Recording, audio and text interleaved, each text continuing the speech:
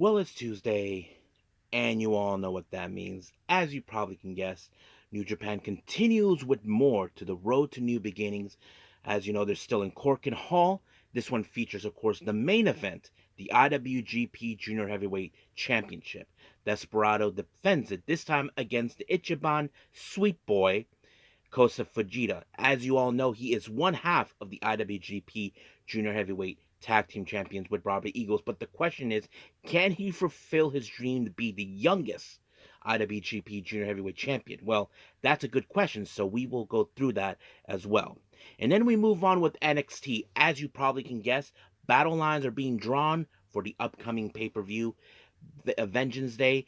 But however, the main event features, of course, Obafemi teaming up with Trick Williams. As you probably could ask yourselves, can these two coexist while they face against A-Town Down Under, Grayson Waller, and Austin Theory? Well, we are also going to find out. But first things first, as the month of February began, Dragon Gate just began their latest tour, the Truth Gate. So we'll be reviewing one of their first day of this tour in Kyoto KBS Hall. So that's going to be real fun. Nothing too special, but some interesting matches as well.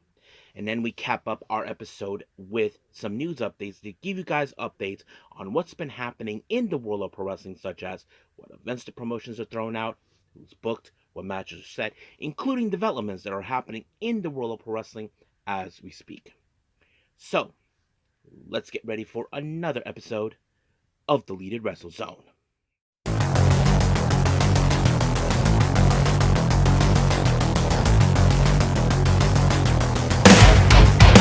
Are you ready? Get up, get up! Get up, get up! Get up, get up! Get up, get up! Get up, get up! Get up, get up!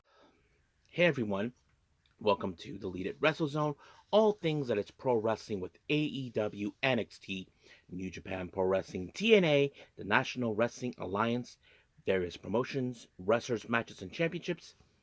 I am your host, J Rod here. So, if you are new to the channel, welcome. This is a channel where we do a lot of pro wrestling reviews from various promotions, not only here in the United States, but also in Japan, Mexico, Canada, Europe, the UK, anywhere in the world pro wrestling is not as big, but it continues to grow. We also, of course, do discussion videos, talk about various topics such as the promotions, factions, wrestlers, storylines, whatever we want to talk about.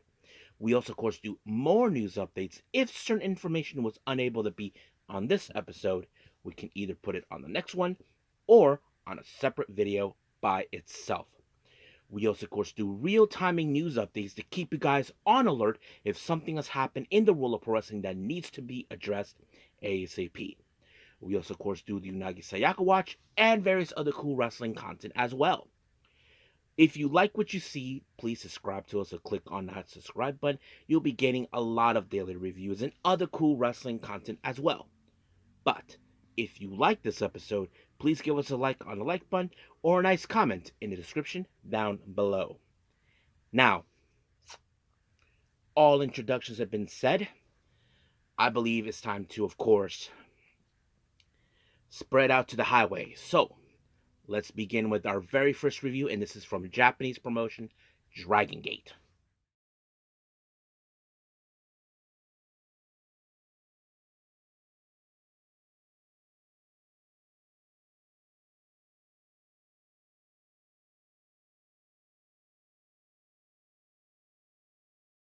Okay, Dragon Gate. As you know, we are in the month of February. Early this month, on February 1st, Dragon Gate has begun their latest tour, Truth Gate, and their first official stop is in Kyoto at the Kyoto KBS Hall. Is that one building that looks more like a kind of like something from Notre Dame, but it's a real nice place. So that's where the tour began. Now, nothing too special about this event, but however, we do know certain factions, rivalries, and all that continues on. Now, let's begin with our first match. We have Gold Class, consisting of Ryota, Mochizuki Jr., and Jackie Kamel. They take on Kitohiro Sahara, Daiki Yanaguchi, and Masaaki Mochizuki. Now, nothing too special about this, but we do know from a recent Dragon Gate review I did that Gold Class are trying to hold it together after many members either left or betrayed them. So that was a pretty good, interesting thing. But however, this match ended with Mochizuki Jr. applying Code Red onto Yanaguchi, and just like that, 1, 2, 3, it was done. Our next match, we have singles action. We have Punch Tominaga taking on Ben K. Nothing too special, but Punch Tominaga, as you many don't know, he has a tendency to have not a bad attitude, but more like he's too hyper, but he can't control his excitement, or he thinks he's too tough, but he gets himself in a bit of a trouble. But this match, I had a feeling it was going to end up with Ben K. I'm not sure if he applied a jackhammer on him because I couldn't tell if that was the move. But a win's a win in Ben K's eyes, and just like that, it was over with 1, 2, 3. He was the winner. Our next match, we have D Courage, Ryoya Tanaka, Madoka Kikuta, and Dragon Daya. They take on Luis Monte, Hayo, and of course, the father of Dragon Gate himself, Ultimo Dragon. Now, of course, many of you would think in some capacity there's certain factors in this match. Of course, you say Monte, Hayon, and Dragon are not in a faction. True, but we know that Monte and Hayon are indeed closest friends. They may not be in a faction, but however, teaming up with the father of Dragon Gate, that's a very special thing for them because they know they're dealing with a very world-class legend. But however, they're facing a team that do have a good cohesion. That's a good question to ask. But however, it was in fact Luis Monte that finished off this match with a power bomb on Tanaka. 1, 2, 3. It was done. Our next match, we have Natural Vibes, UT and KZ taking on Z-Brats, Homare, and Jason Lee. Now, of course, many of you may not know this. Last year, Jason Lee turned his back on Natural Vibes and betrayed KZ, all due to the manipulation from Shun Skywalker, and Jason Lee is determined to destroy KZ once and for all, but of course that feud continues. But unfortunately, this match ended with Lee pinning KZ. So you probably can guess that this is not a good thing for Natural Vibes. They're hanging it in there as much as possible, but it's just too much right now at the moment. Now, for our main event, we had a 10-man tag match. We have Paradox, consisting of Naruki Doi, Kagetora, Suzumu Yokosuka, BBK, and Yamato. They take on Z-Brats, consisting of Yoshiki Kato, Ishin, Kai, Kota Minoura, and of course, the leader of Z-Brats, Shun Skywalker. So you can guess the Z-Brats would stop at nothing. These guys are the true heels of Dragon Gate. They would stop at nothing to prove their point. And of course, we did see Ishin pull out one of those cold spray and try to use it against them. But however, it was Naruki Doi who decided to turn the tables on him, and it worked so far. But however, Inshin was able to pick up the win when he pinned Kagetora. 1, 2, 3, it was over. But however, Kagetora along with BBK and I forgot who else are the current Open the Triangle Gate champions. So I wouldn't be surprised if Z-Brats initiate themselves as the next challengers. So we will see how that will roll up. So we are now officially done with Dragon Gate. Let's move on with New Japan Pro Wrestling.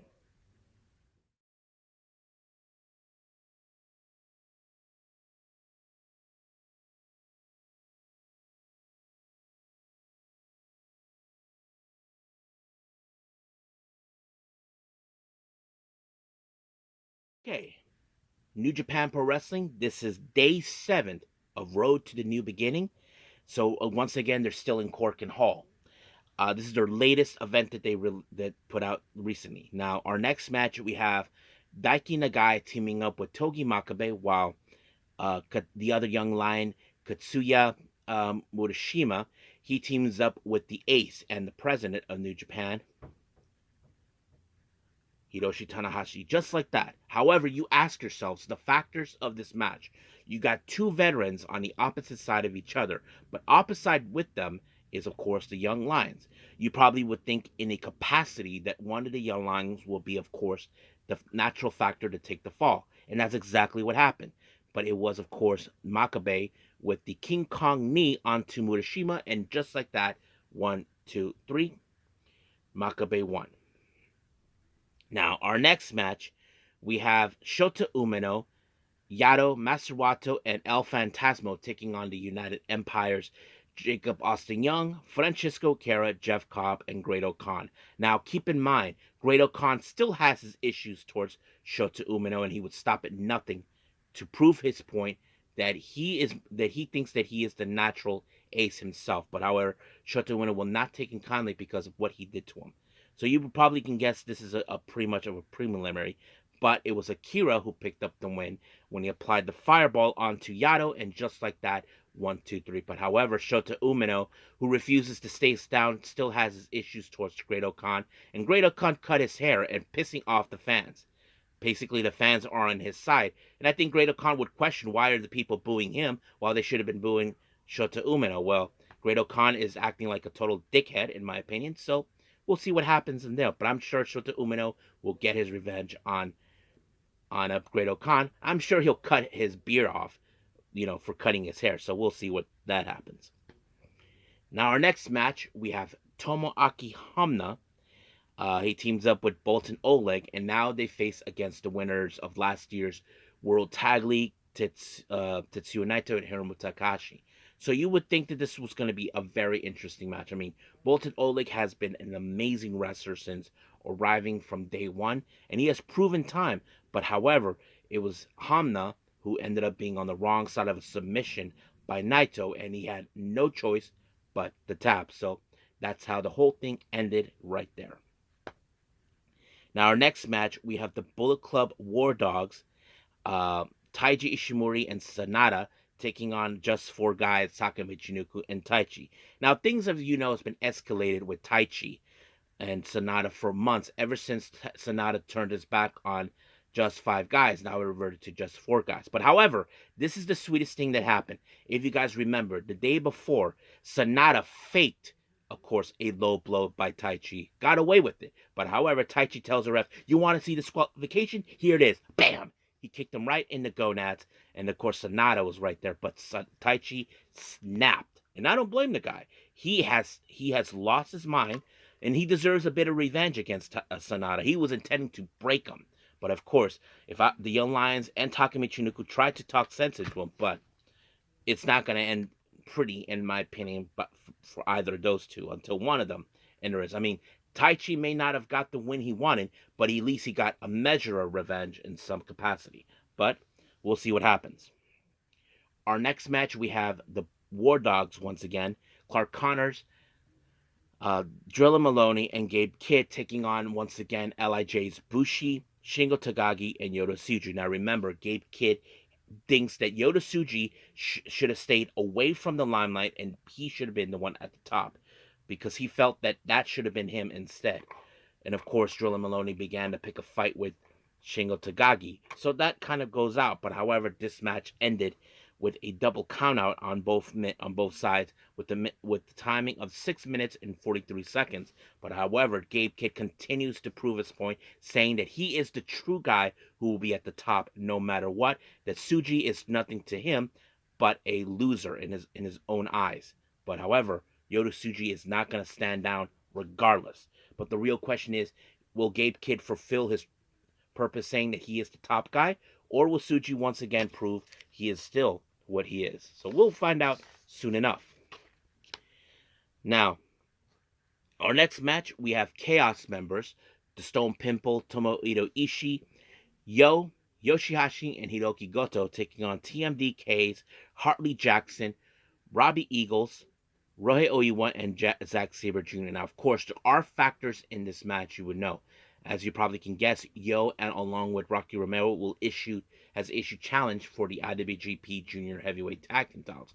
But however, of course, we do have Rohei Oiwa, who has begun a feud with Yoshihashi, and don't forget, Hiroki Goto will be challenging for the IWGP World Heavyweight title against Zack Sabre Jr. So anything could happen, but this match ended with, of course, Jackson ended up on the wrong side of Kyoto by both Yoshihashi and Goto, and it was Yoshihashi who picked up the win, giving the momentum to him until he gets his one-on-one match towards Oiwa. Now, our main event is the IWGP Junior Heavyweight Championship. Kosei Fujita, the Ichiban Sweetboy, makes his first attempt for this title against one of the best junior heavyweight competitors in the world, El Desperado. Now, the question you ask yourself: will Kosei Fujita fulfill his dream to become the youngest ever? Well, that is a good, valid question. I mean, you would have assumed it's going to be a good match, but however, it was the Pinche Loco by Desperado that allowed him to pick up the win and retain the belt. But however, of course, we did see a post-match promo by Despy to Kosei. Now, I don't know what he said to him, but as soon as celebration begun, well, Francisco Akira made his appearance and became the new challenger. Now, those who know this or not, when Francisco Akira first arrived in New Japan a few years ago, his biggest goal was to become the IWGP Junior Heavyweight Champion, but it never came into fruition. But his biggest goal is to beat the best in the world, and that is, of course, right now as we speak, Desperado. But of course, Despres doesn't back down from a fight. But I can tell Francisco Akira can't stand the fact that a guy like Desperado is still in the top of his game. But we'll see what happens when that day comes. So we'll stay tuned for it. But for right now, we are done with New Japan. So let's move on to our final review, and that is, of course, NXT.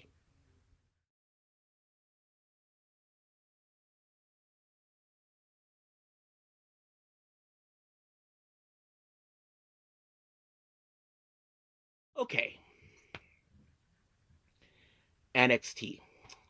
It opened up with JC Jane taking on Stephanie Vakir. Now remember, Stephanie Vakir is the number one contender for the women's North American title against Fallon Henley. But however, Stephanie has to deal with, of course, um, what Jasmine Nix and JZ Jane. So you would assume that Fat Henley and Nix would try to get involved. Well, exactly what happened, but Nix, she is so dumb, she got headbutted by her.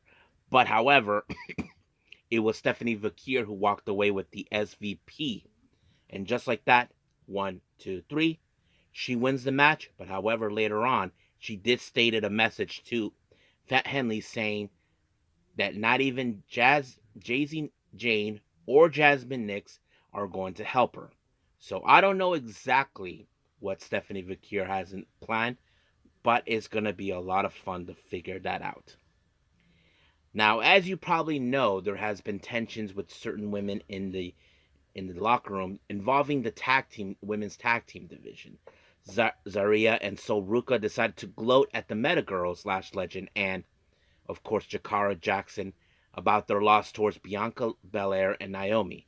But however, Shotzi Blackheart, Gigi Dolan, and Tatum Paxley decided to support Meta Girls for obvious reasons. Gigi Dolan made a good, compelling point. At least they stepped up to challenge them. And of course, Last Legend and Jakara Jackson did appreciate that, knowing that they were right.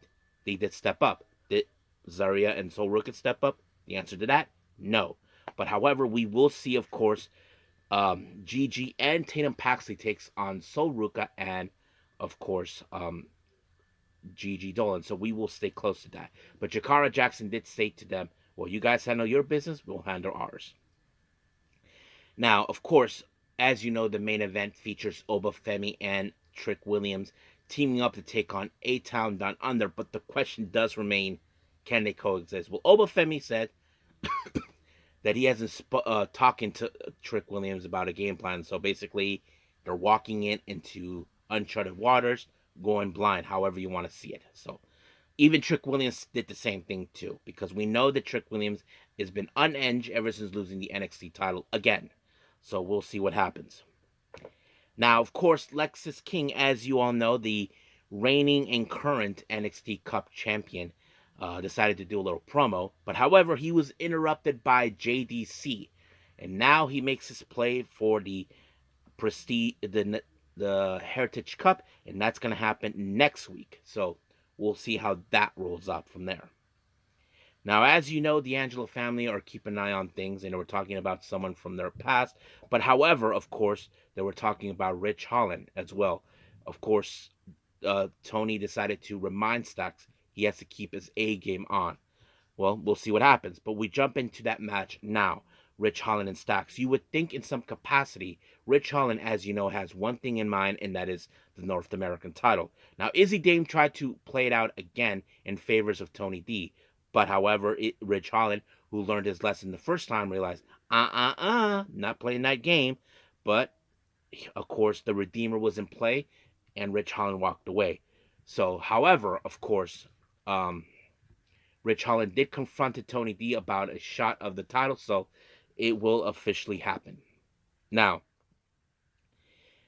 as you probably can guess, there has been tensions with, of course, the tag team division. Yoshiki um, Imanura and Josh Brick has, become one of the strongest tag teams. However, they pleaded for a shot of the titles, but however, Fraxium decided that they need a tag match to prove their worth. So they both instead said, "I got this." So I think they went their separate ways to challenge to prove their point. But we'll get to that in a bit.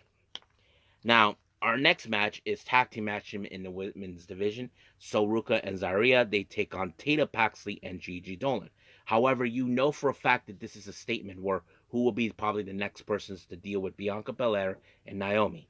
But however, in this match, it was Soruka who walked away with the win when she applied the Soul Snatcher on Gigi. 1, 2, 3, and just like that, Zaria and Soruka picked up the win. Now, Bailey, as you know, comes out to do a promo and all of that. But Roxanne, as you know, who is still convinced, believing that the women's division in NXT is going to be in shambles under Julia's reign. However, Bailey is not concerned about that. She said if she loses in the NXT women's title, she will be fine with it. But the real question she asked her, what would you do if you are unsuccessful? But you can tell by the look of Roxanne Perez, she feels that she cannot let this slide. However, Julia showed up to talk about their three-way match, but apparently the Queen made her return. Charlotte Flair, she even gave props to Julia about everything else.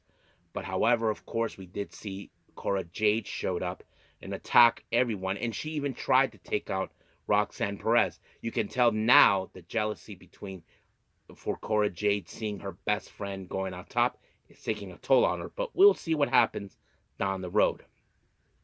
Now, the tensions between Ethan Page and Javon Evans escalated. However, Ava made the choice, saying that she will grant the match between Ethan Page and Javon Evans at Vengeance Day under the condition that he has to be medically cleared. So we'll see what happens in that.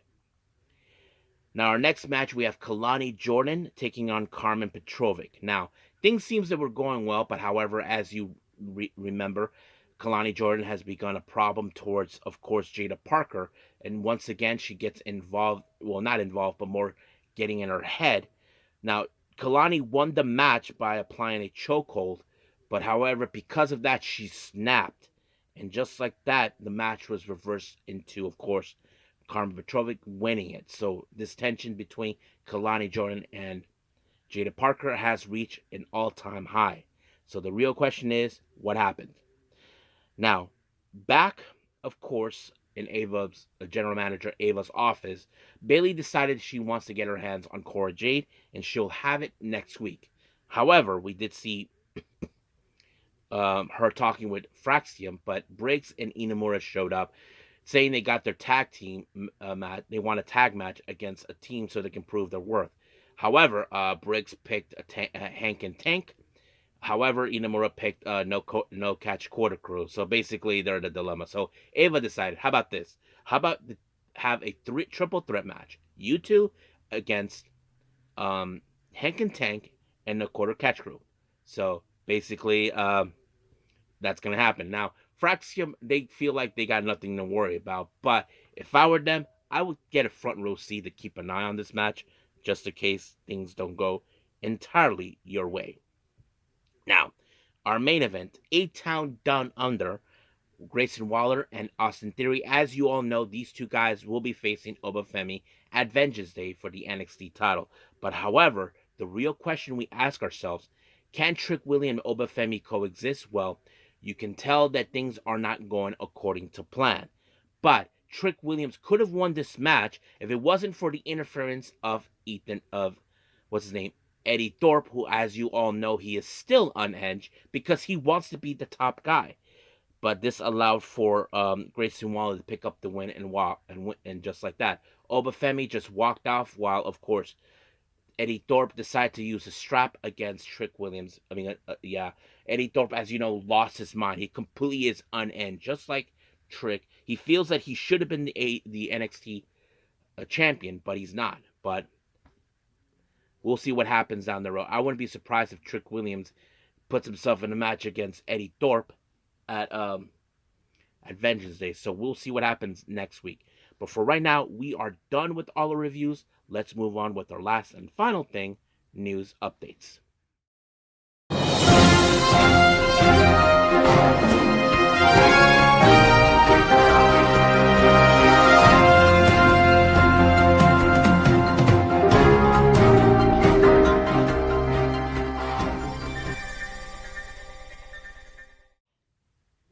Okay, so welcome to our news updates. As always, let's begin with upcoming events with the promotions, but majority is coming from GCW. So let's get all of that out of the way first and then move on with the other updates on that section of this part of the video. So anyway, as you know, GCW will be here in San Diego on February 28th for I Feel So. The next match has been announced. We have Jack Cartwheel, who is also part of the WWE ID, will take on Alec Price, and I think that's going to be a pretty good match. Now, the following day, they will be heading, GCW will make their way back to LA for the Coldest Winter 3, and they announced the bad boy, Joey Janela, taking on Super Crazy. And then the next day, they'll make their way to Arizona, more specifically La Mesa, for the Just Be Honest. They announced Brooke Havoc versus Sandra Moon. And then on the 15th, on the two-day event in Atlantic City, the Ashes to Ashes, they announced for a Tournament of Survival qualifying match, we have Hoodfoot versus Dr. Redacted. So that's going to be a bloody mess on that match. I can guarantee that one. And then, of course, on the 29th of March, they'll be making their way to Chicago for No Compadre. We have the GCW Ultraviolet / Extreme title defendant. Matt Tremont will be taking on, of course, the Southern Psycho, Mance Warner. And then on the following day, on the 30th, America's Most Wanted, the Rejects will take on Too Tough Tony and Mickey Knuckles from GCW. I think that's Juggalo Championship Wrestling. I'm not sure. But yes, so that's pretty much for that. Now for the other updates on the upcoming events. As you know, we have a two-day event for the Jersey J Cup that features both Jersey Championship Wrestling and Game Changer Wrestling. On the 15th, we have the first round matches taking place. We have Masha Slamovich taking on the Amazing Red. Cold Roderick and Alec Price, also the current GCW Tag Team Champions, will face each other off in a showdown. So that's going to be an interesting match, I'm sure. Leon Slater will take on Kevin Knight. Jack Cartwheel versus Marcus Matters versus Jackson Drake in a three-way. And then, of course, we do have a non-tournament match. We have Gabe Kidd and Homicide. I'm pretty sure I might have put this in a previous episode, but I can't remember. But yes, so that's pretty much for the night one of the Jersey J Cup. Now, Prestige Wrestling has announced for the Aptitude of the Strong on the 7th of March.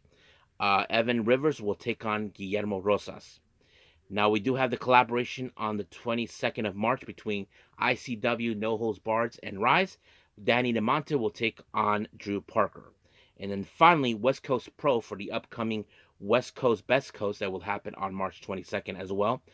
They announced Giles Jewell will be there and also Johnny Robbie. So practically, that's pretty much it.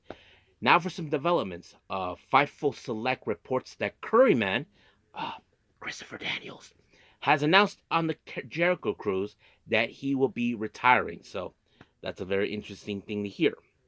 Now, this one was reported by in the Ango show, got another YouTuber. He announced that the sources that were coming in that NXT that Jordynne Grace will be now stepping up to NXT. Now, this is the part where I have to say people are divided on this. Ango believes in his mind that this is criminal, that they feel that Jordynne Grace should have just made her way to the main roster. Now, I'm inclined between 50-50 on that. But however, there are those are saying that there's nothing wrong with going NXT. I mean, Penta, who is the recent signee, he didn't go to NXT. So why? So I think in a way we feel should Jordynne Grace just move on to the main roster? I mean, I feel like she knows what she's doing, and she already had a great standing in the Royal Rumble already. But we'll see. I'm sure a lot of people will be talking. And finally, this is one where I think many people remembered.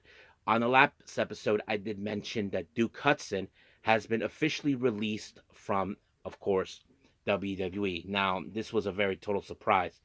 Of course, Andre Chase went on social media, spoke on him, and let me pull it up real quick for all of you so you guys can see it.